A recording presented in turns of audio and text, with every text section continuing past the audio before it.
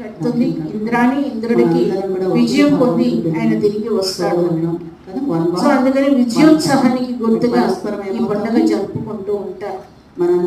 వాస్తవంగా చూస్తే ఇంకా తరతమ భేదాలు ఉండకూడదు. ఒకప్పుడు ఈ పండుగకు అంత ఇంపార్టెన్స్ ఏమీ లేదు, ఎందుకంటే మంచి చాలా బ్యాచెస్ లో వస్తుంది శుభ భావాలు, శుద్ధమైన భావాలు ఒకరి పట్ల ఒకరికి ఉండేటటువంటివి.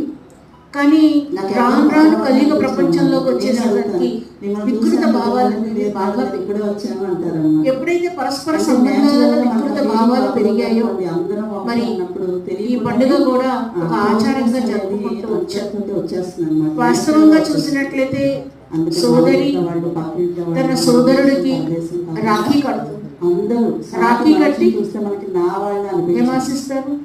అర్థమైందా? వాళ్ళ కష్టం, సుఖం, డబ్బులు, సంతోషం, గిఫ్ట్స్ సంతోషం ఆశిస్తూ కష్టపడితే